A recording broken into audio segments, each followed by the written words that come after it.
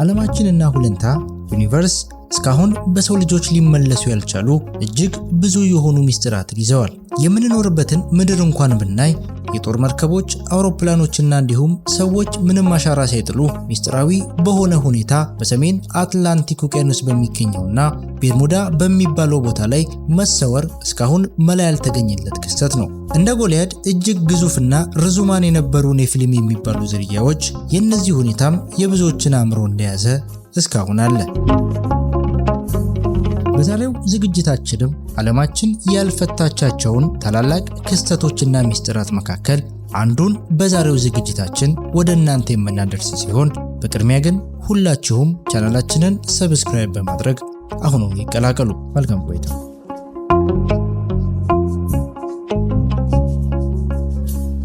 ከመሬት ሆነን በማናየው የጨረቃ ጀርባ ላይ በውሃ መጤዎች ኤሊያንስ ተሰርተው ሊሆን ይችላል ተብለው የተገመቱ ሐውልቶችና የግብፅን ፒራሚድ መሳይ ቅርጾች በሩሲያና አሜሪካ ጠፈርተኞች ታይተዋል መባላቸው ሌላው ሚስጥራዊ ነገር ነው። በተለይ በሁለቱ ሀገራት በዚህ ጉዳይ ግልጽ ማብራሪያ አልተሰጠም ብለው ብዙዎች ይጠይቃሉ። የጨረቃ ጀርባ የኤሊያንስ መነሻ ጣቢያ ነው ብለው የሚከራከሩም አልጠፉም። ማርስ ላይ የሰው ፊት የሚመስል ገጽታ የማርስ ውጫዊ ገጽታዋ ላይ ቫይኪንግ በተባለችው የናሳ መንኮራኩር ፎቶ ተነስቷል መባሉም በናሳም ሆነ በሌላ አካል ይህ ነው የሚባል ማብራሪያ ያልተሰጠበት ተንጠልጥሎ ያለ ጉዳይ ነው። በአሜሪካ ግዛት ላይ ደግሞ ክልል 51 የሚባል በሰሜናዊ ላስ ቬጋስ ላይ ያለ ቦታ በሌላ ዓለም የመጡና በሰው ልጆች የተያዙ ፍጡራን ምርምር የሚደረግበት ቦታ ነው ተብሎም ይወራል። በተጨማሪም ወታደራዊ የሆኑ በመሬት ውስጥ የተገነቡ ህንፃዎች እንዳሉና እጅግ የረቀቁ ሚስጥራዊ ምርምሮች እንደሚካሄዱበት ብዙ አሜሪካዊ ዜግነት ያላቸው የስውር ደባ ተመራማሪዎች ይናገራሉ። ፊልም እንኳን ሳይቀር የተሰራበት ስለዚህ ቦታ የአሜሪካ መንግስት እጅግ ጥቂት ነገር ከማውራት ውጪ ምንም ፍንጭ አለመስጠቱና ምንም መናገር ያለመፈለጉ ጉዳይ የበለጠ የብዙዎችን ሐሳብ እንዲሰርቅ አድርጎታል። በሰው ልጆችና በሳይንስም የሚነሳው ሌላኛው ጉዳይ በዩኒቨርስ ውስጥ ህይወት ያለው ፍጡር የሚኖረው መሬት ላይ ብቻ ነው ወይ የሚለው ነው። ብቸኛ ፍጡር እኛ ብቻ ነንስ የሚለው ሌላው ጥያቄ ነው። በሌላው ዓለም ላይ የሰለጠኑ ፍጡራን የሉም ወይ የሚሉት ጥያቄዎች በተለያየ መድረክ የሚነሱ ነገር ግን በቂ መልስ ያልተገኘላቸው ፈታኝ ጥያቄዎች እንደሆኑ ነው። ለዚህ ጥያቄ መነሻ የሆነው ደግሞ ምድራችን ላይ በተለያየ ቦታና ጊዜ ታይተዋል የሚባሉትና ያልታወቁ በራሪ አካላት ወይንም ዩፎዎች ተብለው የሚጠሩት ሰማያዊ አካላት ናቸው። እነዚህ በራሪ አካላት በሰሜን አሜሪካ፣ በሩሲያ፣ በብራዚል፣ በፈረንሳይ፣ በአፍሪካም ጭምር መታየታቸው በተለያየ ጊዜ ተመዝግቧል። በራሪ አካላቱ እጅግ ፈጣን በሆነ ሁኔታ ስለሚበሩ የሰው ልጅ በሰራቸው ጀቶች ሊደርስባቸው አልቻለም። ነገሩን ይበልጥ ያወሳሰበው ግን እነዚህ ፍጡራን ለማጥናት ተነስቶ የነበሩ ብዙ ሰዎች መሞታቸውና እነርሱን ሊያድኑ ተከትለዋቸው የነበሩ ፓይለቶች ሲመለሱ ተመርዘው መገኘታቸው ነው። አደንዛዥ ጨረሮችን የሚለቁት እነዚህ አካላት እስካሁን ድረስ አመርቂ ማብራሪያና መልስ አልተሰጠባቸው። ለምርምር የተላኩ ሰው ሰራሽ መንኮራኩሮች በተለያየ ጊዜ የእነዚህን በራሪ አካላት ፎቶ ማንሳታቸውም ተዘግቧል። ሌላ ፍርሃትን በብዙዎች ዘንድ ያስነሳው ጉዳይ ደግሞ የሰው ልጆችን ጠልፈው ወስደው መመለሳቸው ነው። ከቤት እንስሳትም ለምሳሌ ላሞችን ምንም ደም ሳይፈስ የተለያየ የሰውነት አካላቸውን ቆርጠው መውሰዳቸውም እንዲሁ የምድራችን እንግዳ ክስተት ሆኖ ያለ ነገር ነው። እነዚህ አካላት ከየት እንደመጡና ከመቼ ጀምሮ ወደ መሬት ይመጡ እንደነበር ለምንስ ጉዳይ እንደሚመጡ የተወሰነ ትንበያ መሰል ነገር ከመስጠት ባለፈ እስካሁን በግልጽ የሚታወቅ ነገር የለም። እነዚህ ፍጡራን በአሜሪካው የፊልም ተቋም ሆሊውድ ውስጥ ከተሰሩ አቫተር፣ ጋርዲያንስ ኦፍ ዘ ጋላክሲ፣ ማርስ አታክ፣ አፍተር እርዝ፣ ዘ አቬንጀርስ እና ዋር ኦፍ ዘ ወርልድ የመሳሰሉ ፊልሞች 100% እውነት እስኪመስል ድረስ ከመቅረባቸው ውጪ አሁንም ስለመጤ ፍጡራን ወይም ኤሊያንስ እና ያልታወቁ በራሪ አካላት ወይም ዩፎዎች አንጀት ላይ ጠብ የሚል ሳይንሳዊም ሆነ የሌላ አካል መልስ በጉጉት እንደተጠበቀ እንደቀጠለ ነው። ሳይንስ ኤሊያን የሚለውን ቃል ሲተረጉመው መነሻው ከምንኖርበት ምድር ላይ ያልሆነ ፍጥረት ይለዋል። ሌላው ተጨማሪ ትርጓሜ ደግሞ ዜግነት ሳይሰጠው በአንድ ሀገር ላይ የሚኖር የውጭ ዜጋ ኤሊያን ሊባል ይችላል ይላል። በሳይንሱ አተረጓጎም የኤሊያንስ ፍጥረታት ባለ አንድ ህዋስ ከሆኑትና ፕሮካሪዮትስ ከሚባሉት ጀምሮ ከሰው ልጆች በልጠው እጅግ በተራቀቀ ቴክኖሎጂ ላይ የደረሱትን ፍጡራን ሁሉ የሚያጠቃልል ነው።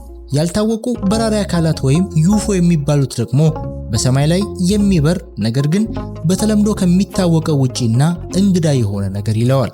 መገኛቸው ወይም ምንጫቸው የት ነው ለሚለው ደግሞ ማርስ ቲታን ከምትባለው የሳተርን ጨረቃ፣ ዩሮፓ ከምትባለው የጁፒተር ጨረቃ እንዲሁም ኤክሶፕላኔት ከሚባሉና በሌሎች ከዋክብት ዙሪያ ከሚሽከረከሩ ፕላኔቶች ሊሆን ይችላል የሚሉ ሳይንሳዊ እይታዎች አሉ።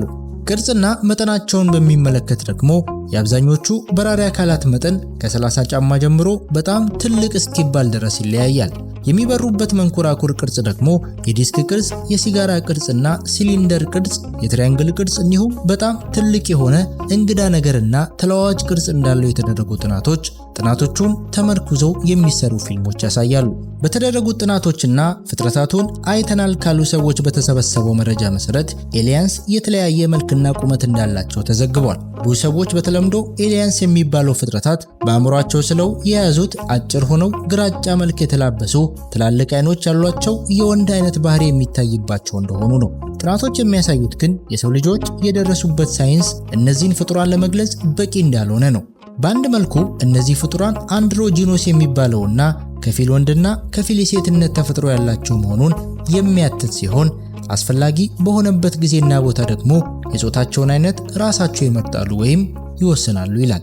እያንዳንዳቸው የሚለያዩት እንደ ሰው ልጆች በስም ሳይሆን በተናጠል ባላቸው ዝውተራ ወይንም ፍሪኩዌንሲ መጠን ነው። ፍሪኩዌንሲ ሰዎችም እንዳላቸው ነገር ግን እንደማይጠቀሙበት ሳይንስ ይናገራል። የኤሊያንስ ረቀቅ ያለ ባህሪያቸው ሁሉንም አንድ የሚያደርጋቸው የጋራ ንቃተ ህሊና ያላቸው መሆኑ ነው። አንድ ነገር ሲከሰት ሁሉም በተመሳሳይ ጊዜ ርቀት ሳይገድባቸው ማወቅ ይችላሉ ይላሉ የዘርፉ አጥኚዎች። ቁመናቸውን በተመለከተ የኤሊያንስ አጥኚዎች እንደሚሉት ከሰው ልጆች አንጻር ብዙዎቹ አጭር ሲሆኑ ከ3 እስከ 5 ጫማ ቁመት አላቸው። የቆዳቸው ቀለም ከግራጫ ጀምሮ እስከ ቢጫ ቅልቅል ቡኒ ይለያያል። ከሰዎች ተለቅ ያለ ጭንቅላት፣ ትንሽ የሰውነት ፀጉር፣ ጥቁር ሆኖ የብርሃን እርግብግቢት ወይንም ቫይብሬሽን በአንድ አቅጣጫ የማድረግ ወይንም ፖላራይዝ የማድረግ ብቃት ያለውና ከሰዎች አንጻር ተለቅ ያለ አይን አላቸው። ከሰዎች ያነሰ አፍና ጥርሶች፣ ቀዳዳቸው ትንንሽ የሆኑ አፍንጫና ጆሮዎች፣ ጥፍርና አውራጣት የሌላቸው 4 የእጅ ጣቶችም አሏቸው። የሚተኙትም ጥቂት ሰዓታት ብቻ ሲሆን እድሜያቸው እስከ 700 ዓመት ይደርሳል። ቀጭን እግር ያላቸው ሲሆን ብዙ አይራመዱ። ነገር ግን ስበትን በሚያጠፋ ጸረ ስበት ቴክኖሎጂ መንሳፈፍ የሚችሉ ሲሆን ብዙዎቹ በፕላኔቶች ውስጥ ጥቂቶቹ ደግሞ በከዋክብት መካከልም እንደሚጓዙ የኤሊያንስ አጥኚዎች በሚያቀርቡት መረጃ ያትታል። ሌላው የሰው ልጆች የሚያነሱት ጥያቄ የውሃ መጤዎች ለምን ወደ መሬት ይመጣሉ? በምን ቋንቋ ነው የሚያወሩን? ወዳጆች ናቸው ወይስ ጠላቶች? ቢጣሉንስ ምን እርምጃ መውሰድ አለብን? የሚሉና የመሳሰሉትን ጥያቄዎች ማንሳት የተለመደ ነው። ስለሚመጡበት ምክንያት ብዙ መላምቶች የሚነሱ ሲሆን ለምሳሌ ሰውን በቀኝ ግዛት ለመግዛት፣ ከሰው ልጆች ጋር በጥሩ ጎኑ ግንኙነት ለመፍጠር፣ የተፈጥሮ ሀብት ፍለጋ፣ በሰዎች ላይ ሙከራና ጥናት ለማድረግ የሚሉ ሐሳቦች ይነሳሉ። ቀጣዩ ጥያቄ ታዲያ የመጡባቸው ዓላማዎች እነዚህ ቢሆኑ የሰው ልጅ በምን መልኩ መመለስ አለበት የሚለውም መልስ ማግኘት አለበት። የዚህ ጥናት አጥኚዎች እንዳስቀመጡት ከሆነ በቀኝ ግዛትና የተፈጥሮ ሀብት ፍለጋ ከሆነ የሚመጡት አማራጩ ወታደራዊ እርምጃ ብቻ ይሆናል። ወታደራዊ እርምጃን በተመለከተ የአሜሪካ አየር ኃይል እስከ ኒውክሌር የጦር መሳሪያ ድረስ ለመጠቀም ዝግጁ እንደሆነ ያሉት መረጃዎች ያሳያሉ።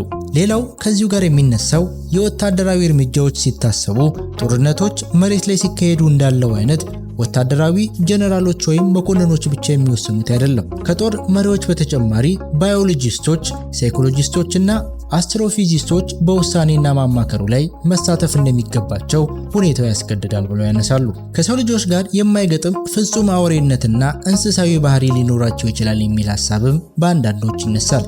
ክፉን ትተን በበጎ መልኩ ደግሞ ማየት ቢያስፈልግ እነዚህ ፍጡራን ምናልባት እኛ የምድር ሰዎች እንደምናደርገው አይነት ጥላቻ፣ ጦርነት፣ ዘረኝነትና የመሳሰሉትን ነገሮች በቴክኖሎጂና ንቃተ ህሊና እድገት አንጻር የሚያውቋቸው ወይም ያለፏቸው ሊሆን ስለሚችል ከነርሱ ልንማራቸው ወይም ልንካፈላቸው የሚገቡ ልምዶች ሊኖሩ ይችላሉ የሚል ሐሳቦችም አሉ።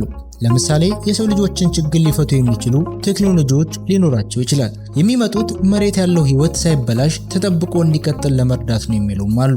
ከዚህ አንጻር ታዲያ የእነዚህ ፍጡራን አኗኗር፣ ማህበራዊ መዋቅር፣ የሚጠቀሙበት ጉልበት ምንጩ እንዲሁም ከአንድ ቦታ ወደ ሌላ ቦታ የሚጓዙበት የትራንስፖርት አሰራርና የመሳሰሉትን ማወቁ አስፈላጊ ሊሆን ይችላል። ስለመታየታቸው መረጃዎችን በተመለከተ ደግሞ ኤሊያኖች መሬትን ከጥንት ጀምሮ ሲጎበኙ እንደነበር መረጃዎች ያሳያሉ። ለምሳሌ ዳይኖሰሮች ምድር ላይ ይኖሩ በነበረበት ዘመን፣ ጥንታዊት ግብጽ ስልጣኔ ላይ በነበረችበት ወቅት እያለ አሁንም ባለንበት ክፍለ ዘመን አሜሪካ ውስጥ እስከታዩበት ጊዜ ሁሉ ነበሩ።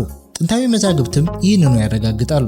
እንደ ተመራማሪዎቹ ጥናት ኤሊያኖች የመሬት ታሪክ አንድ አካል ናቸው። የሮም ኢምፓየር ታላቅነት በነበረበት ወቅት ኮሎምቦስ አትላንቲክን አቋርጦ አሜሪካን ለማግኘት ሲጓዝ የኤሊያኖች ምድራዊ ጉብኝት አልተቋረጠም። ንጉሥ ቴዎድሮስን ከክርስቶስ ልደት በኋላ በ395 ዓ.ም ሮም ላይ በነገሰበት ወቅት ትልቅ አንጸባራቂ የብርሃን ሉል ሌሎች ትናንሽ ሉሎችን አስከትሎ መታየቱ ተዘግቧል። በተመሳሳይ ከክርስቶስ ልደት በኋላ በ989 ዓ.ም ሶስት አንጸባራቂ ነገሮች በጃፓን ሰማይ ላይ መታየታቸውና ቀጥሎ ሶስቱም ተዋህደው አንድ ትልቅ ብርሃናማ የሆነ ኳስ መስራታቸውን ጥንታዊ መዛግብት ያስነብባሉ።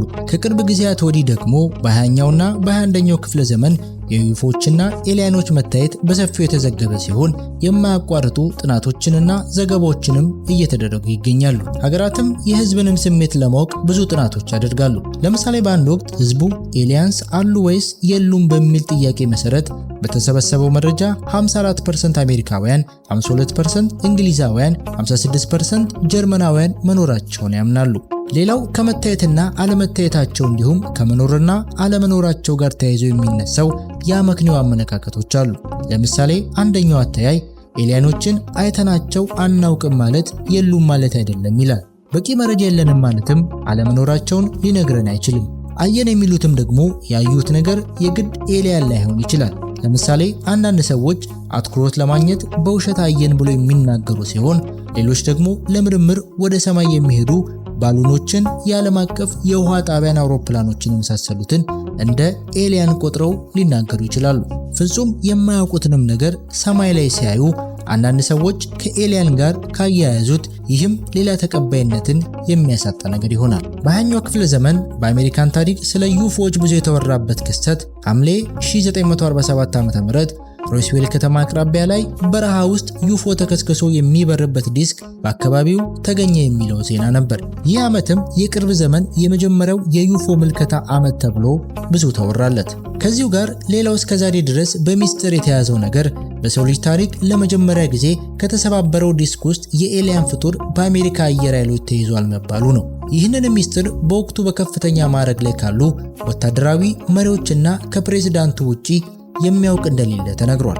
የሮስዌል ጉዳይ እስካሁንም ሚስጥር እንደሆነ ቆይቷል። በዘመናችን ለመጀመሪያ ጊዜ በግለሰቦች የዩፎ መታየት የተነገረበት ተብሎ የሚታወሰው በ1947 ኬኔዝ አርኖልድ በተባለ የንግድ ሰው የራሱን አውሮፕላን እያበረረ ባለበት ወቅት ዋሽንግተን ውስጥ ሬኒየር በሚባል ተራራ አካባቢ በፍጥነት የሚበሩ የዲስክ ቅርጽ ያላቸው ዩፎዎችን ማየቱን መናገሩ ነው። በ1947 ዓ.ም ብዙ ተጨማሪ የዩፎ ክስተቶች ተመዝግበውበታል። ለምሳሌ በአሜሪካ ብቻ ከሰኔ 15 1947 ዓ.ም እስከ ሐምሌ 15 1947 ዓ.ም ድረስ 832 ጊዜ መከሰታቸው የተመዘገበ ሲሆን ዓመቱ ሙሉ ደግሞ 1500 ዩፎዎች ታይተዋል የሚል ዘገባ ቀርቧል።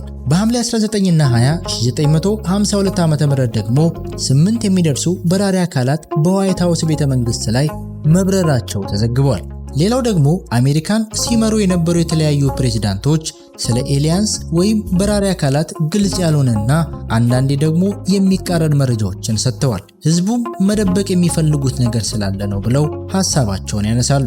የአሜሪካ ህዝብም በተለይ የብሔራዊ ህዋ አስተዳደር ናሳ የተባለው ተቋም ስለ ሌላ ዓለም ፍጡራን መረጃ አንድም ቀን ቀጥተኛ መልስ ያልሰጠን ህዝቡንም የሚዋሽ ተቋም ነው በማለት ብዙ ጊዜ ሲያማርሩ ተስተውሏል። እንግዲህ እነዚህ ባዕድ ፍጡራን እስካሁን በዓለማችን በትልቁ እያነጋገሩና በቅርቡም አሜሪካ ከእነዚህ ፍጡራን ጋር በድብቅ ግንኙነት እንደምታደርግና እንደምትገናኝ በወጣው አነጋጋሪ መረጃ ተመልክተነዋል። ያም ሆነ ይህ ዓለማችን አሁንም ለዚህ ጉዳይ መልስ አላገኘለትም።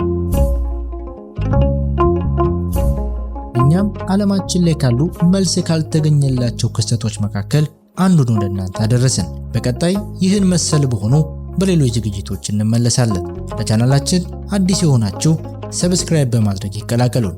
ቸር ጊዜ፣ ሰላም ያገናኘን።